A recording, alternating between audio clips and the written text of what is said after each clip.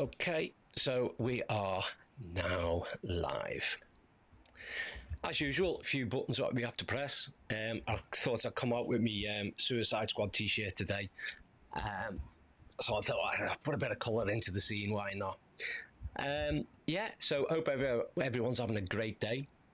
Here we are again with another great episode going out live on YouTube and on Facebook and hopefully on the other channels, but we don't know because it comes up with something like a key code and it changes all the time, and sometimes you don't know if you put the right one in. So we will just literally go with the flow. So hi guys, and welcome to Aligned Within. We will be taking all things wellness, or talking about all things wellness. How are you today, Tracy? Feeling well? Yeah, good. All Excellent. good. Okay. So today our topics follow on from last week. So we're focusing on when should we get into a relationship. Okay, I'm sure there's loads of people who've got their answers to that. So we're going to look into that. And when and how do we know we are ready? Okay, so continuing on, there's a common concept that you need to be 100% ready before starting up in a relationship. So Yeah. the truth is, no one has ever fully finished and polished to go into a relationship. No one ever is really. Oh God, frog. So we all come with our habits, insecurities. We have our hopes, and growth still yet to be needed.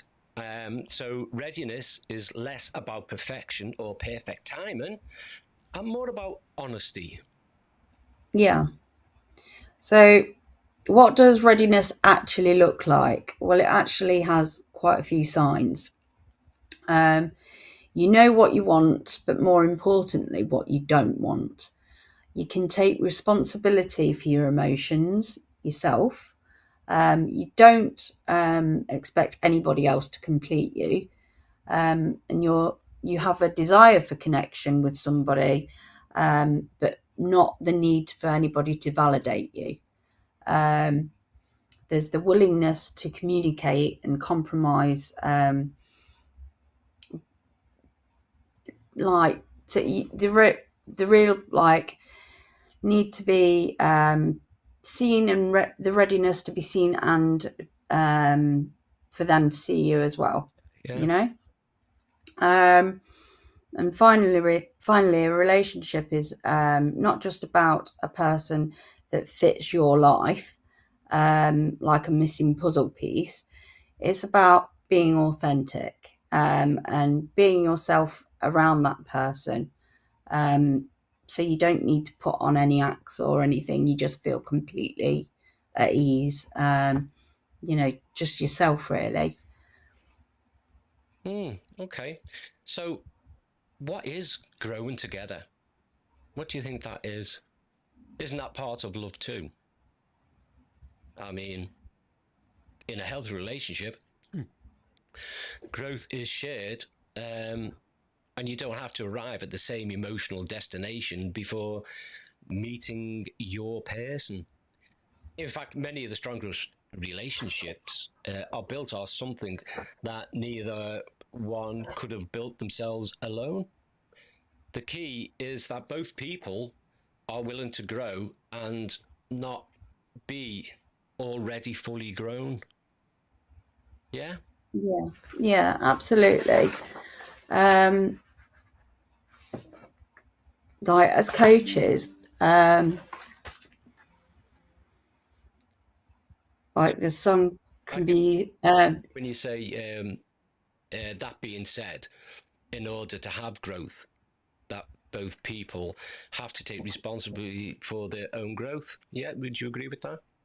yeah, yeah, definitely. Yeah. Just Okay. um So if one person expects the other to fix them or carry their loneliness or define them in any way, then the relationship will quickly feel heavy. Yeah. yeah. Um so a few helpful questions to ask is Can I be on my own without fear or panic or anxiety? Do I know how to handle and resolve conflicts without disappearing, exploding, or shutting down, or blaming the partner? Am I interested uh, in like the partnership, or just not wanting to be left behind with social norms? Can I let somebody be close to me without losing myself? Um, am I choosing a relationship, or just a desire out of pressure from other people? Yeah. Okay. So a few helpful questions that you can ask yourself, I guess, will be: can I be on my own without fear, panic, or anxiety? Uh, Yeah, so, do I know how to handle and resolve conflicts without disappearing, exploding, shutting down, or blaming the partner? Like you say, um, am I interested in partnership or just wanting to be left behind in social norms? That's what you were saying there. Now, yeah, um, yeah, so that's quite a lot of sort of material to work with. Um, so yeah, I'm not sure where I would be with that. To be honest, it's quite a lot to take in. But I guess, I mean, me personally, I kind of feel, being alone, suits me. I'm not looking to fill any sort of void. Um, no. Many people that I can't think feel that because as humans we are kind of meant to be with somebody, or not necessarily even in a relationship, but we do need to be around humans and human interaction. Otherwise, we go a little bit mad. Yeah. yeah. I think that's it. But you have to distinguish whether you are there's a need there for somebody else, or whether it is a desire. That whether you're wanting them to support you and hold you up, and you need them there, or whether it is just actually I like your company, and Yeah. I want you to be there. Okay. Do you think that there's anything important for being ready? That's Yeah, there. Like, yeah, I think um, there's something important being ready. Doesn't have to be, and isn't always that dramatic, as in a ha moment. So some yeah. it's simply calm and happy. Yeah, Uh, calm and happy, and you're not chasing, yeah, that person as a rescue party. You know, um, there's nothing to prove. It's completely grounded, and you're feeling open to letting somebody else into your world, basically. oh right, okay, it's interesting. So, do we have to be aligned with ourselves to love someone? How's that for a question? I think so. I think you have to know yourself well, um, and be ready to let somebody into your world. So it's like a bonus rather than asking them to sort of fill in the voids that are there. Yeah. You've got to have done a little bit of work on yourself, or at least know where the gaps. You're not, like you say at the beginning, you're not going to come all polished and ready, No. um, but you are going to be at a stage where you feel that if somebody came into your life, you've got room for them, you know, and you're still going to be working on those areas of your life, but you feel like you can grow with them. They're they're Yeah. there. So, see, a lot of people would have a slightly different um, sort of perception on that. So, some people like to say, well, you don't have to be fully aligned, though we have to be steady enough to enter into the relationship without making the other person responsible for our healing. Mm. Yeah, no, that's precisely the point. It's that you don't make that other person responsible for your healing. You are always responsible for your own healing, but you are aligned enough with their values and everything else that you feel that you can grow with them. You can see growth. You've both got future vision, of that align, and you work together. You become that team, that solid team. Yeah. Okay. So yeah, I do kind of I kind of get that, and I think without that, I think the relationship could probably fail, and probably fail dramatically and quickly. Um, but at the same time, I do think it's okay explaining something like that. But everyone's individual, and there's people with they say we've got a relationship. It's an open relationship, and some people say, well, they'll never go into an open relationship, and how would that affect those values? Mm. And I would imagine that the majority of us would say, well, you've just smashed them values out the window because, the values are, the love and respect is between two people, not 10, and But involving. then some people out there don't believe that. I think it very much depends on the identity of the person and the belief systems, because, there is such thing as polygamy and everything. There's different people, different values. And I think it's more about the people involved and what they believe and how they want their lives to go forward. And as long as they are in alignment and that they're not in conflict and that they're not the person themselves are not in conflict with, themselves even, coming back to that parts integration, like, oh, I want to do what that other person wants me to do, but, I don't, that doesn't feel authentic for me. As long as that's not in conflict, then everything, you'd still be ready. Yeah. So maybe readiness is less of a finish line and more like a posture, knowing your position. Yeah. Yeah. So being self-aware enough to know your patterns, mature enough to know your own mistakes, and open enough to build something new and real. Yeah. Mm. Yeah, definitely. Okay. So, what do you think about people being out there? Being out there. Yeah. So, if you're out there listening and wondering, just look at it like this.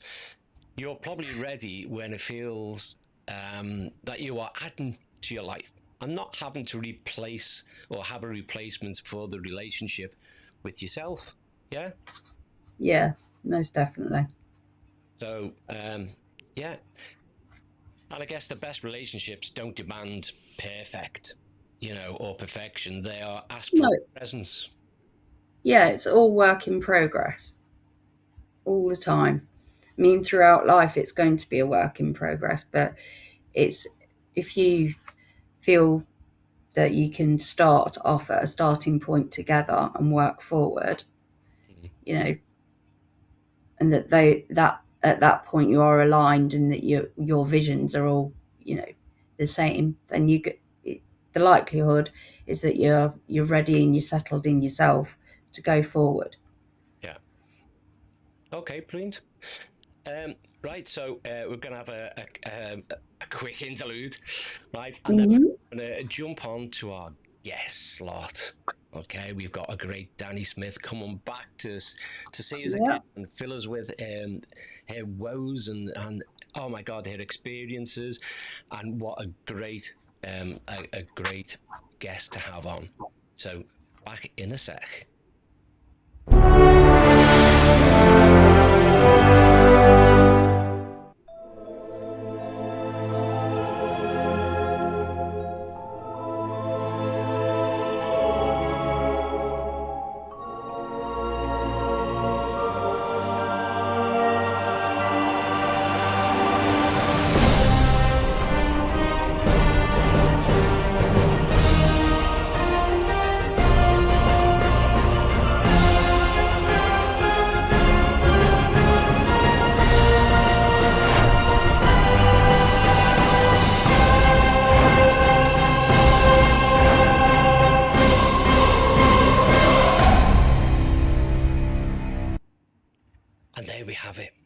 We're back again.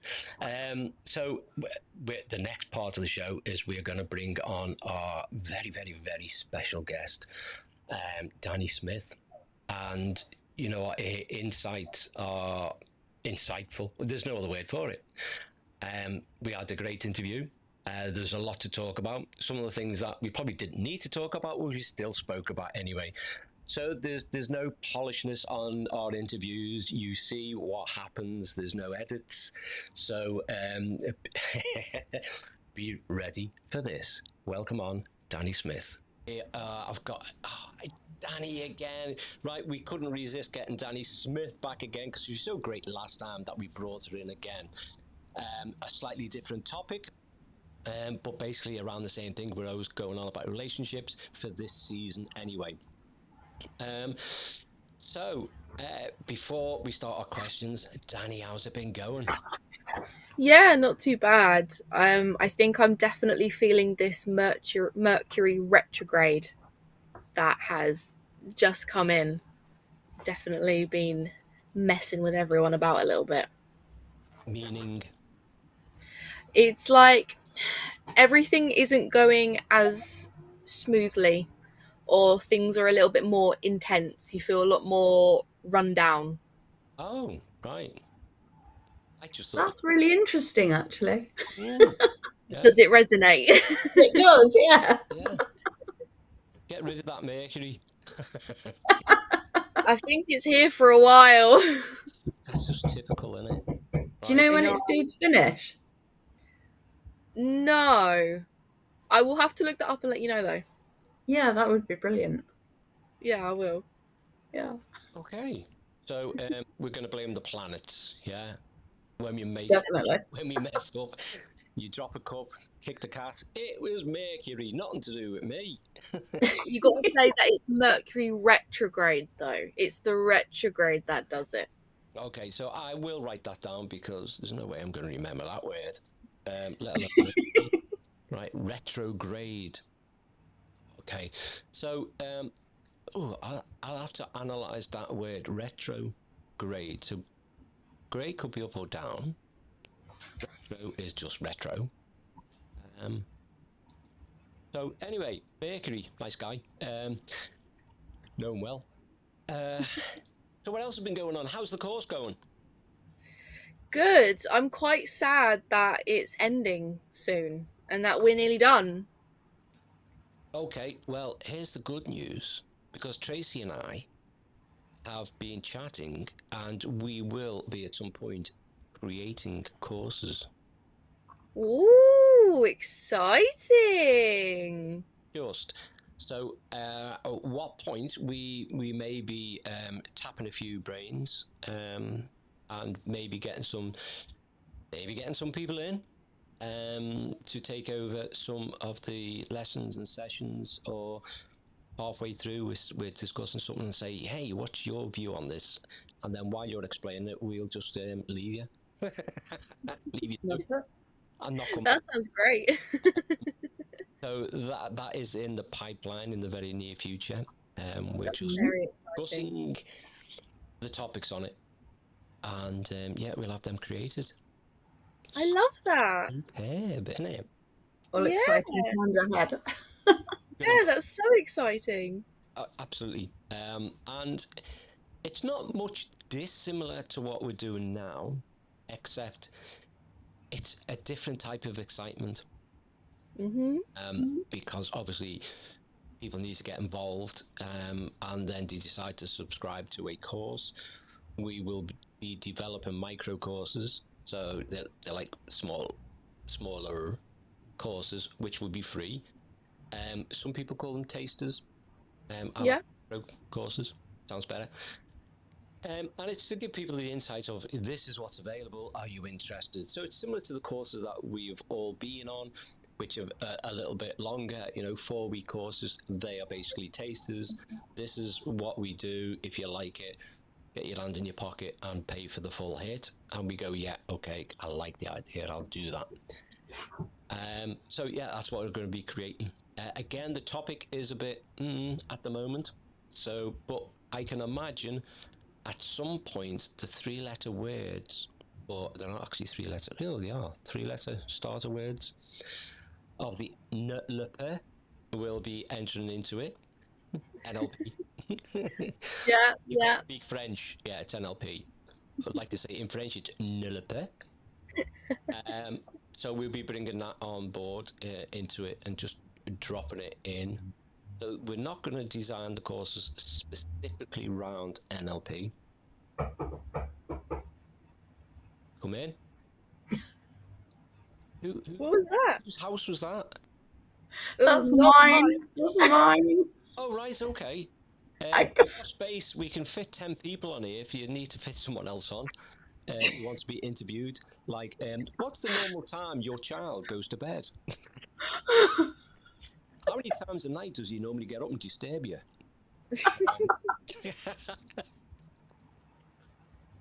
So just remember this is being recorded and can be used in evidence against you should you end up following your child. So yeah, be wary of that. luckily, he's not here at the moment.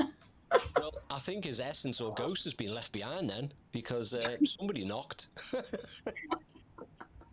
Open the door and ghost of child is there. Oh God! Got my back to school next week. Who's looking forward to the kids being off? Hang on, it's just a billion mums going, no! I would say most definitely going to be an interesting time. Yeah. I mean, I do feel sorry for... I'd say more so the mums because they're the ones that get landed with it, right? The dads go, oh, I'm working, no one can do what I do. And the mums are going, yeah, but I work. Yeah, but, you know, you look better in the kitchen than I do. That's not from me. That's just some people's opinions. Terrible. Right, quick. Stop digging. Okay. So Run away, spade. Andy's ladder. If they dig anymore, I'm gonna have a swimming pool. Right. So yeah. So I do feel sorry for all parents, to be honest, when the kids are off because you just gotta try to find so many things for them to do, and you just run out of ideas. Yeah. So by the end of the week, you just like repeat what you did at the start of the week, and they just do it all again, and hopefully they forgot, you know, because there's not enough places to go to. I would assume. And it's finding the money as well to sort of finance all of it because they want to go here, there, and everywhere, and it's like, Absolutely. I mean, where do you get it from? parents should do what I do. I taught my lads how to lay bricks, and yeah, we built. It's great. Yeah. It was shit like, but it was building, you know what I mean? He knows what a trowel is, he knows how to make sand and cement. He just doesn't know where the bubble is in a spirit level, you know. Like, it keeps moving up and then down again. How'd you get this to go straight? Don't worry about it. It's fine. Fine, son. It's cool. You've got a wall somewhere going sloping down. Absolutely.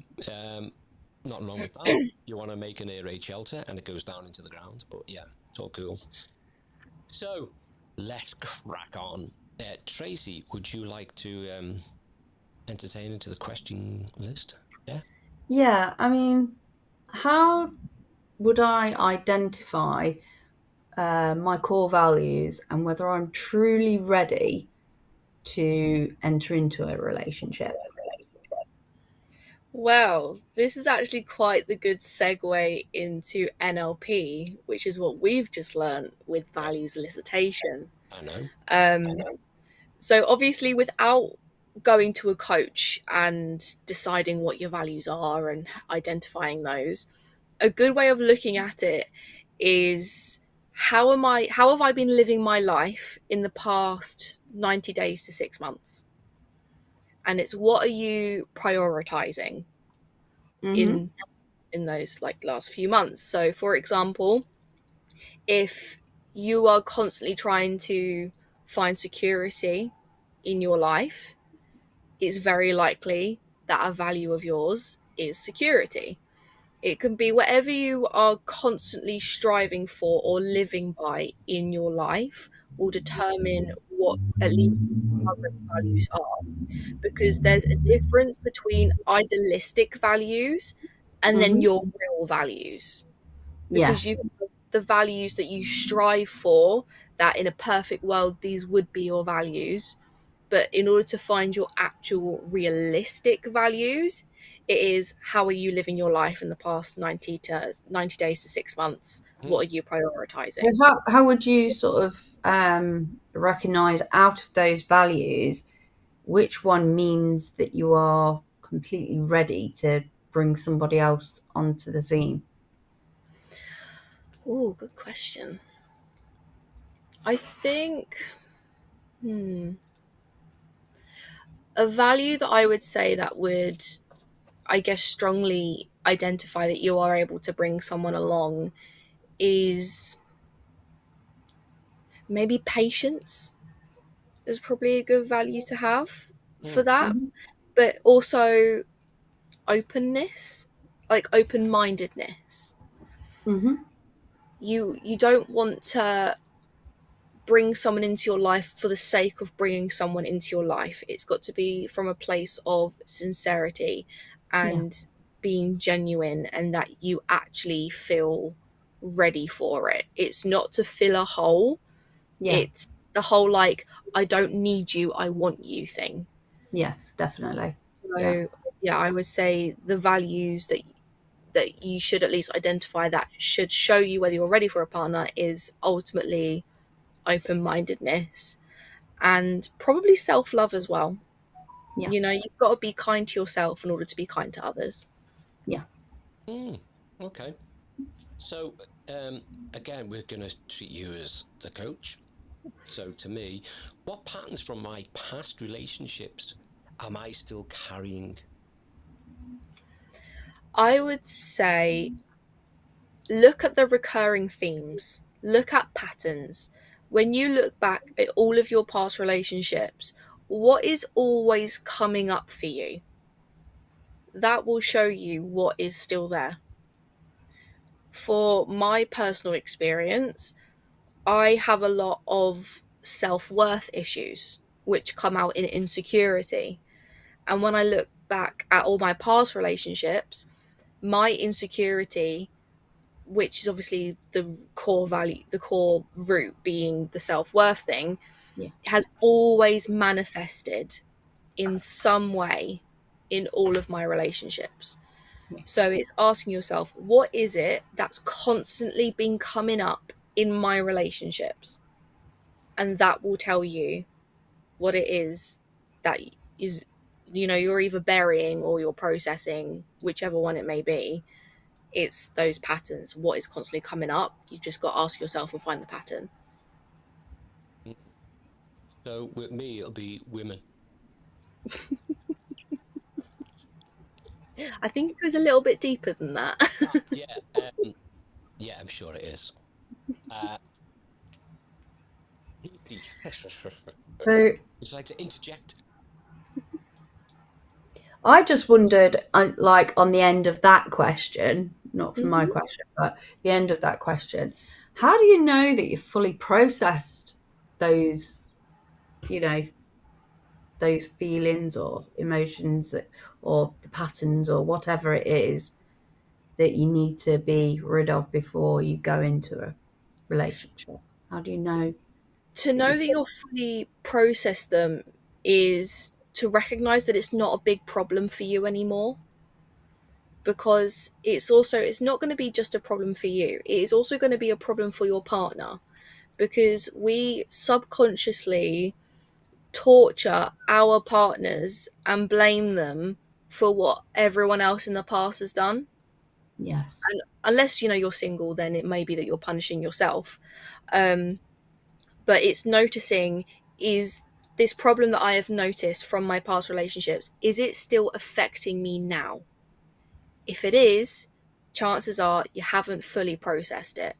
You might have processed it a bit depending on how much of a grip it holds on you, mm, but that's the best way of indicating whether, or at least how much you've been processing it.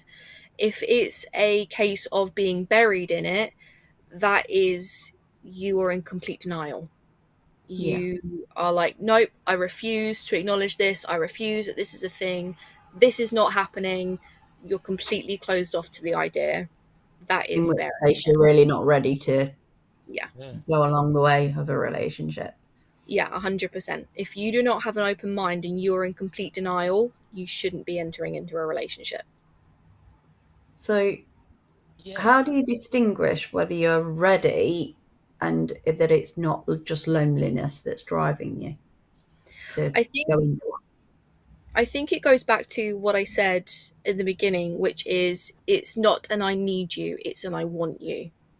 Because you need to be in a position in order to feel ready, is that you have a good relationship with yourself, but you're also okay with being alone and you find at least a certain level of peace in it.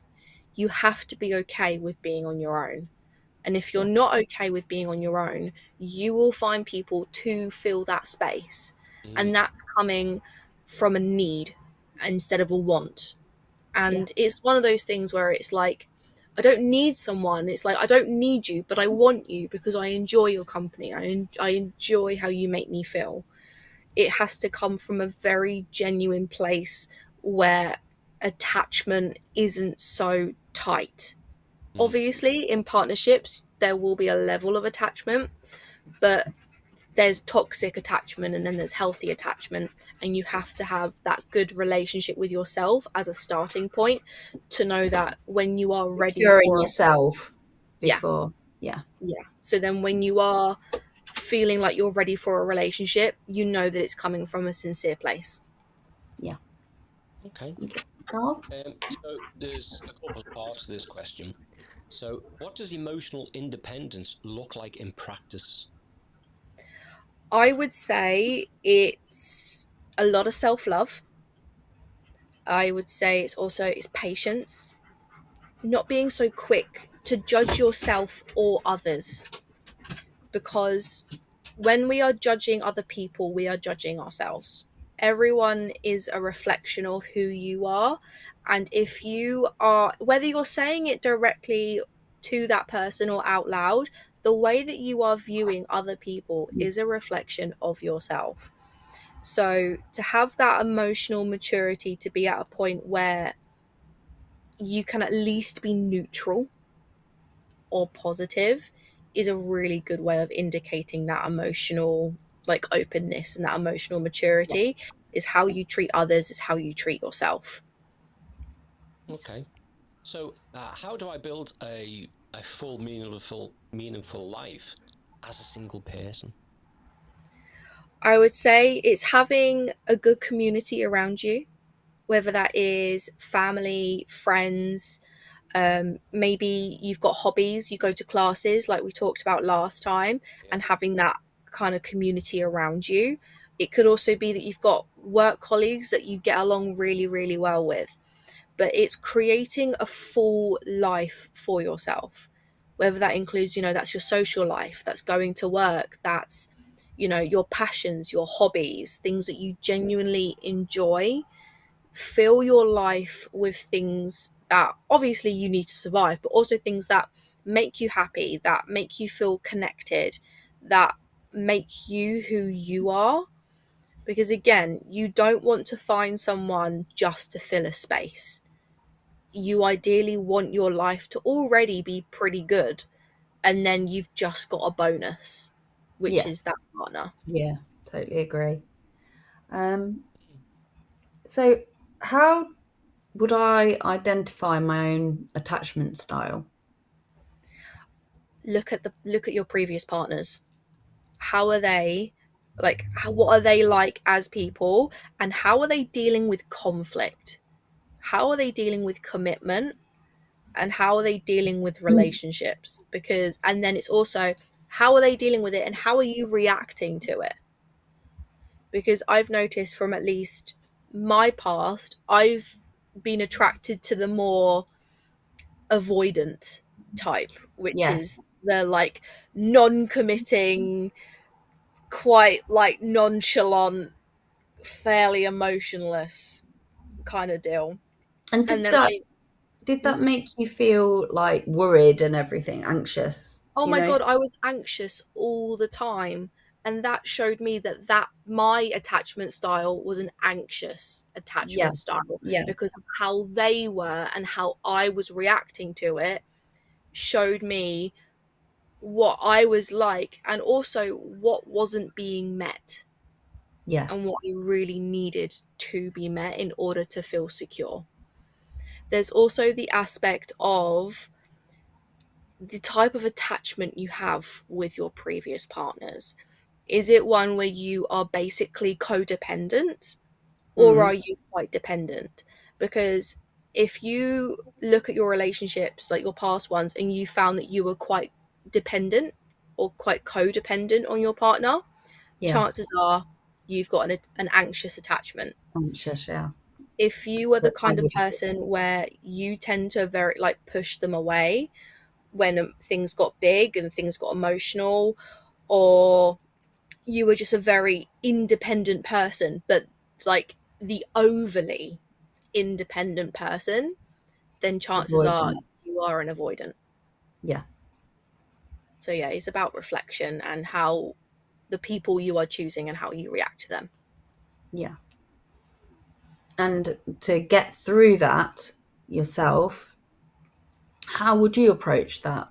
I mean, I was It's thinking more of like sitting through it, if you're in an anxious attachment style, yeah. to learn to sit through it. What's your thoughts?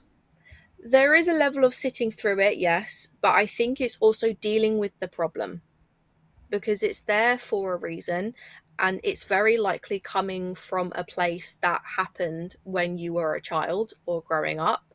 A need Mhm. wasn't met, and you tend to create that pattern of finding it in other people. Yeah. So, as a coach, I would say the best thing you can do is find the core of that issue, address it, and heal it.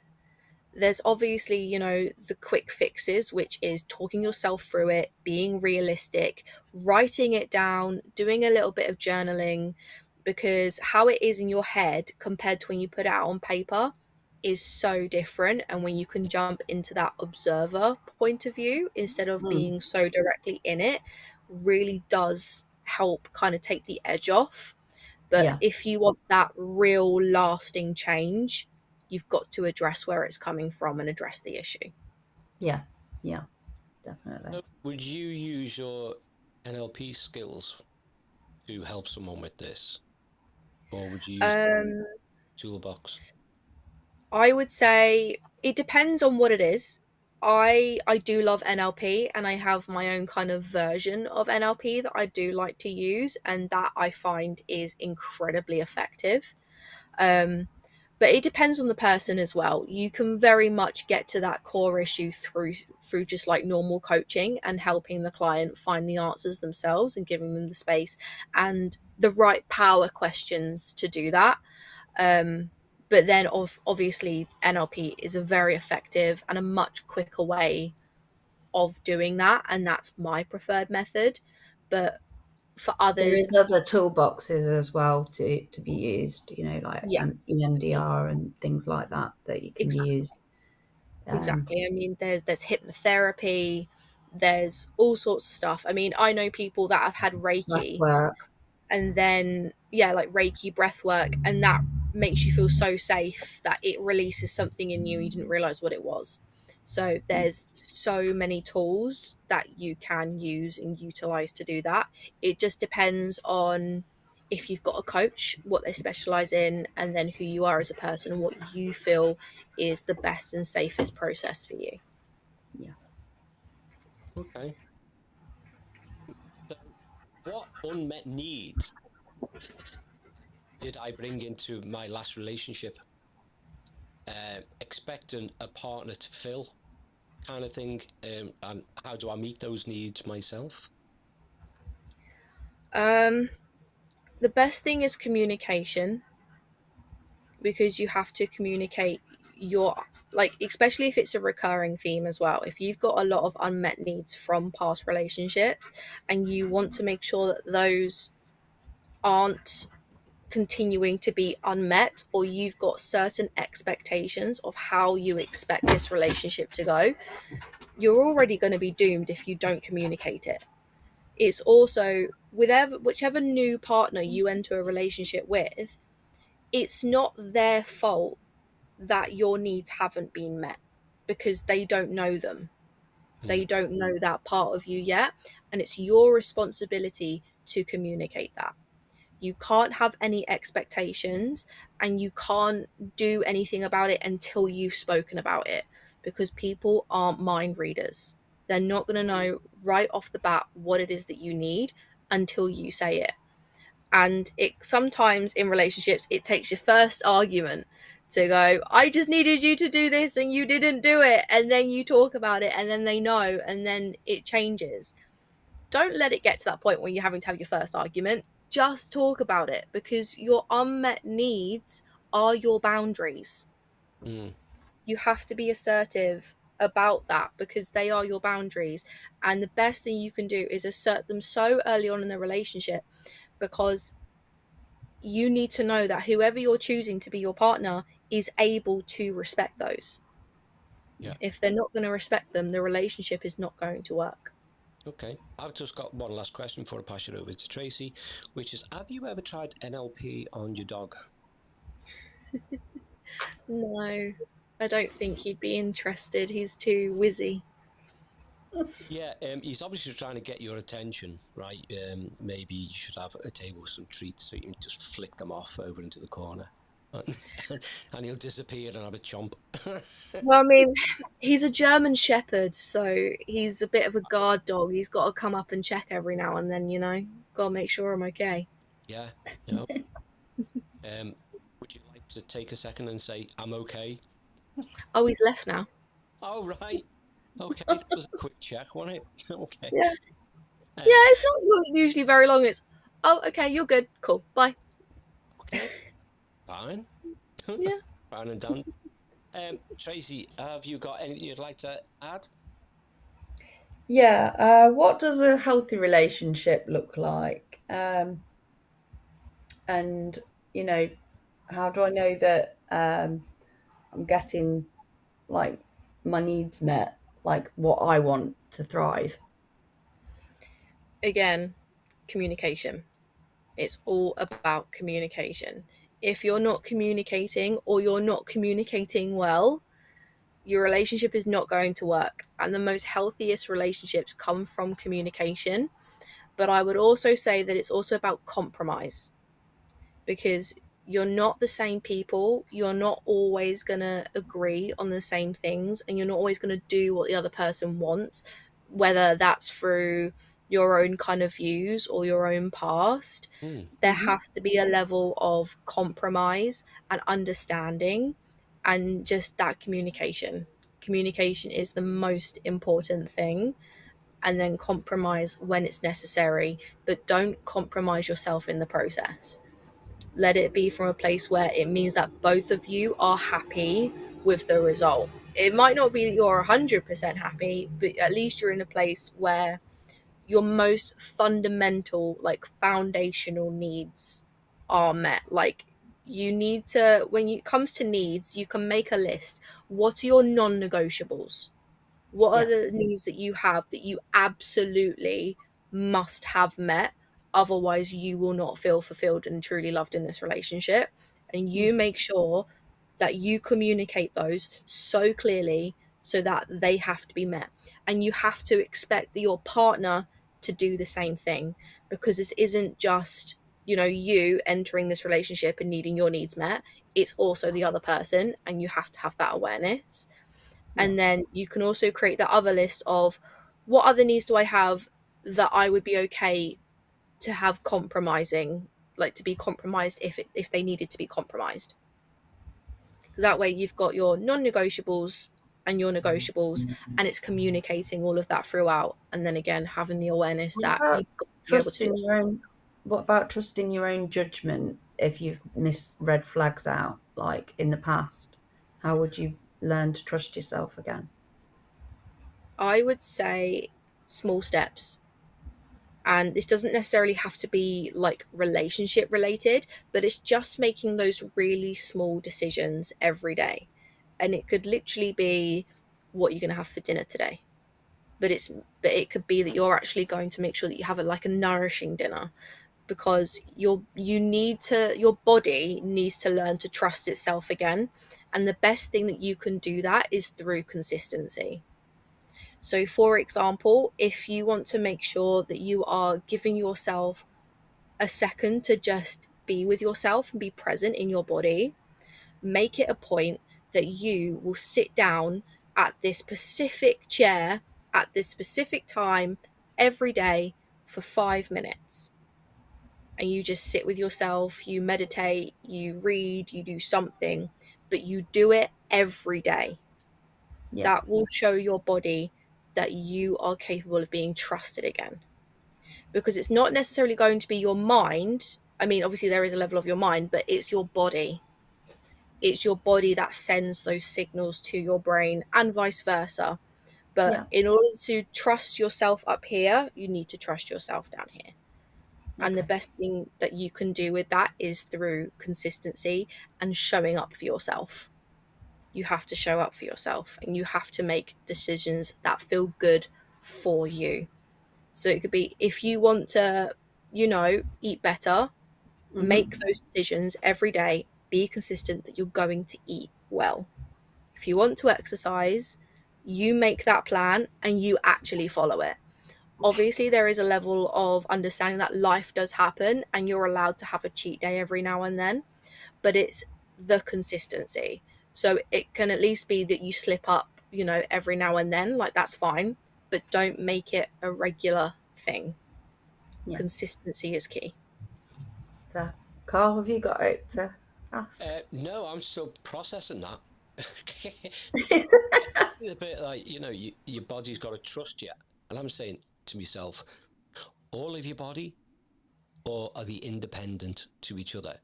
So like your leg might say, "Oh, I'm all in," and your hand says, "Not having it. He's tried this before, and he didn't follow through." Right? Well, It's that cake. And I would say, don't trust your downstairs area as much as your brain, me feet. because that's got a different brain, that's got different priorities, especially as a woman when you're ovulating. Yeah. Like, Ovulators, and I have no plans on doing so. you can't anyway. So it's just like, yeah, so you're fine. You're not in that club. Sorry. Yeah, no, it's a different ballgame when you're ovulating. Okay, just stick to your head in your heart, like probably your heart more than your head. That's probably the best one. Obviously, you can use that when you need your logic, but make sure you're in a good state for that. But listen to your heart. That's the best place you can listen to. Don't be listening down there, because it only wants one thing, and it's just... So 2 heads are not better than 1. No. No. That's the one that gets you in trouble. You don't need that one all the time. Yeah. I will definitely believe you on that one. I mean, unless your heart's saying yes, then go for it. But if your heart's saying no and you're down there is saying yes, don't do it. Don't get that's a get out of jail free card. That, well, heart, you know what I mean? If you just like, ignore him, just get on with it, and you got the other side going, don't listen to him. Shut up, it's all right. Little head, what, big head? Shut up. Okay.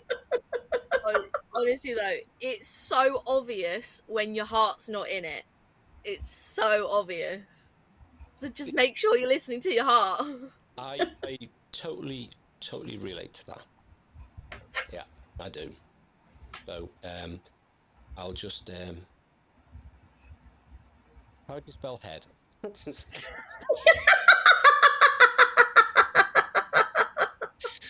I was gonna write it down. It's important to write this down, Should have come up.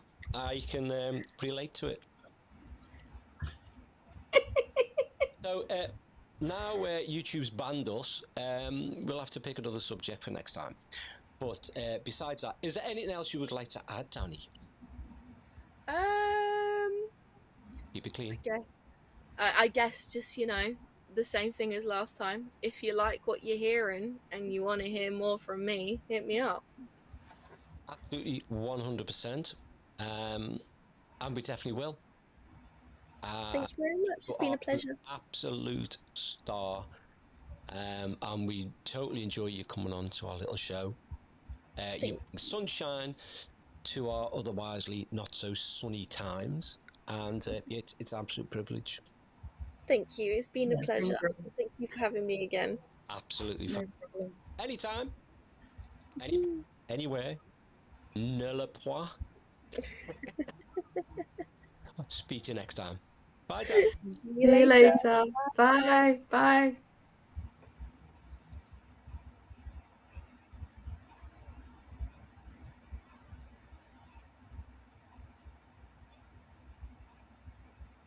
I'll just press my button and we're away to go. Danni Smith, what a amazing. She's such a privilege to have her on and interview her. And even though she is serious in work, you can see she's really bubbly. But before we go any further,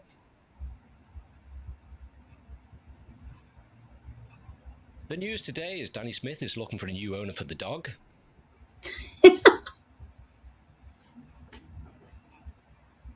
And Tracy's looking for some paranormal experienced people to check out her house.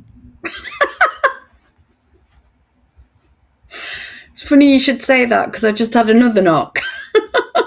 You know what? I heard it, and I thought I don't remember that being on the interview. Where did that one come from? Maybe it's that goes from last night, and it's coming back to complain that no one really interfered or asked it questions or anything, just completely ignored it. Maybe it's having a second go. That's it. So, Tracy, what's going on? So now we're going to look at a song called "Come What May," which is by a singer called Vicky Leandros. She's a Greek singer, and it was a song sung in about the early 70s, was it? Something like that. Yeah. So do you want to talk about? Is that Vicky with an I by any chance? It is, yes, it is. Spell it wrong. You know what it's like. You know, you need to check things out like that. But anyway, here we go. There were times in the days gone by when I thought I was living, having fun with all the friends I knew. Now it seems oh so long ago, for my life changed completely from the moment I met you. Come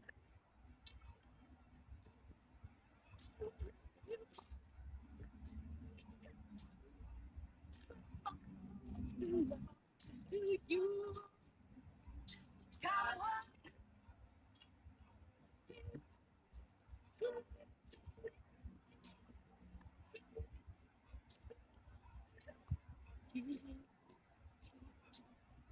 now I'm lost in you. You told me what to do.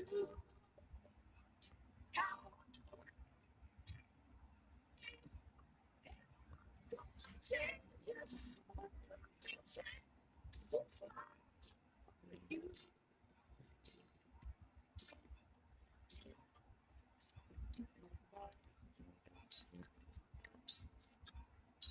Never ask what the past was like.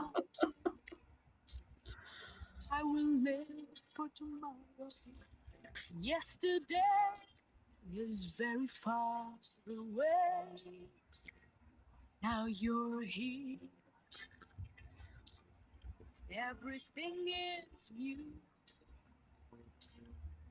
You are all that I long for, and I long for you to stay.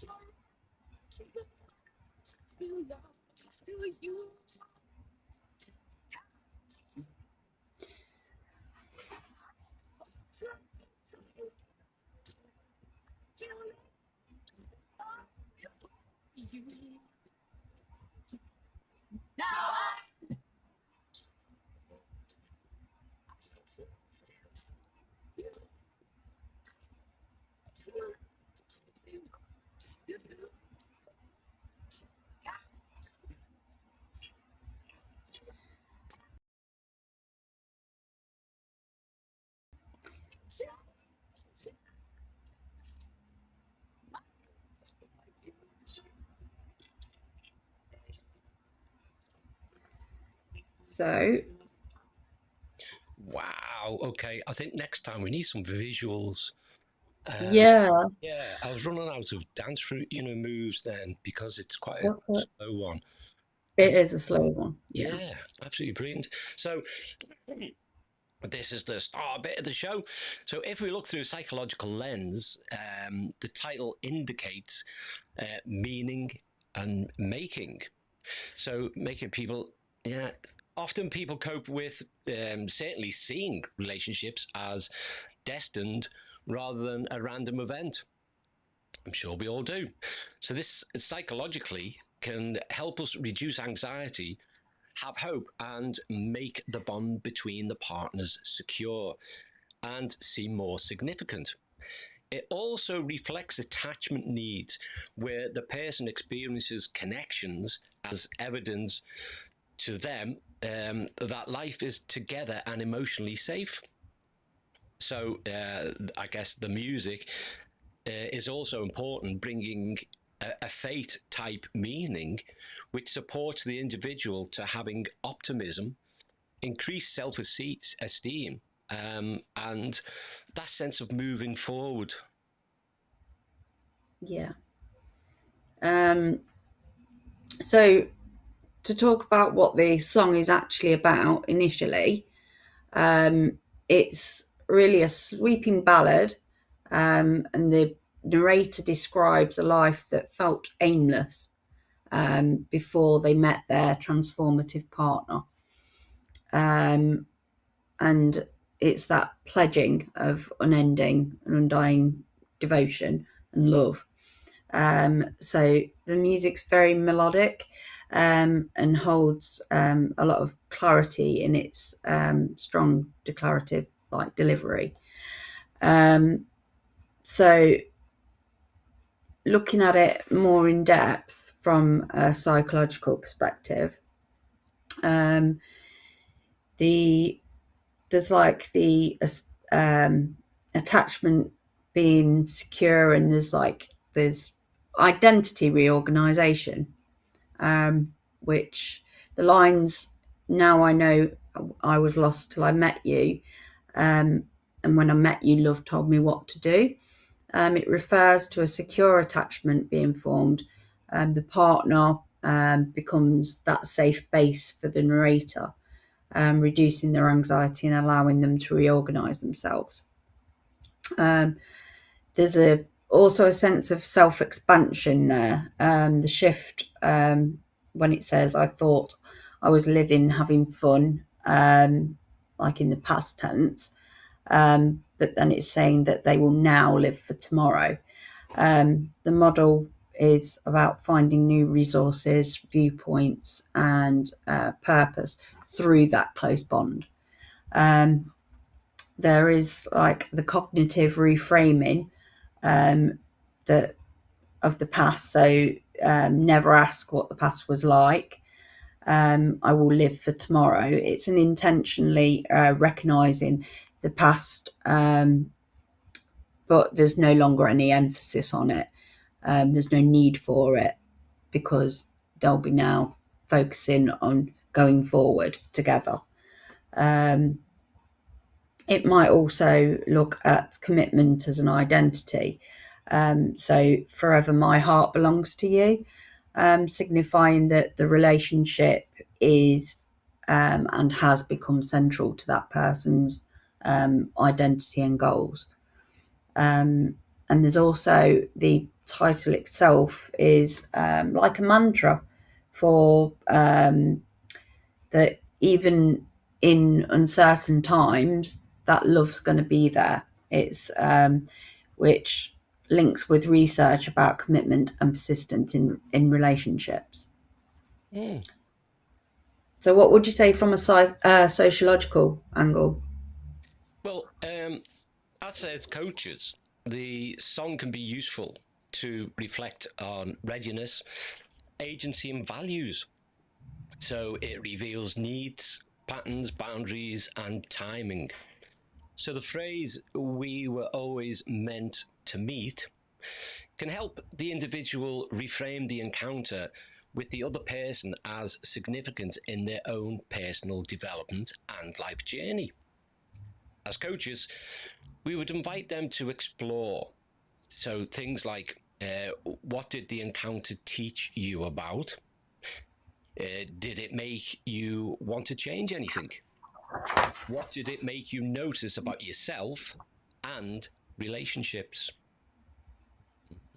Yeah, I mean, I'd also say that it mirrors values, boundaries, and agency, so that you it look into the clarity of the values, so the loyalty, the consistency, the long-term orientation, that resilient stance, come what may, a reminder to stay committed and engaged in the relationship, despite there being uncertainty in life. And that's massive when it's paired with like future plans, like real future plans and visions, and communication. And then there's that relational pivot that happens. It's a purposeful reframe. So it be what have they made room for? Whether is it the routines, the friends, the goals?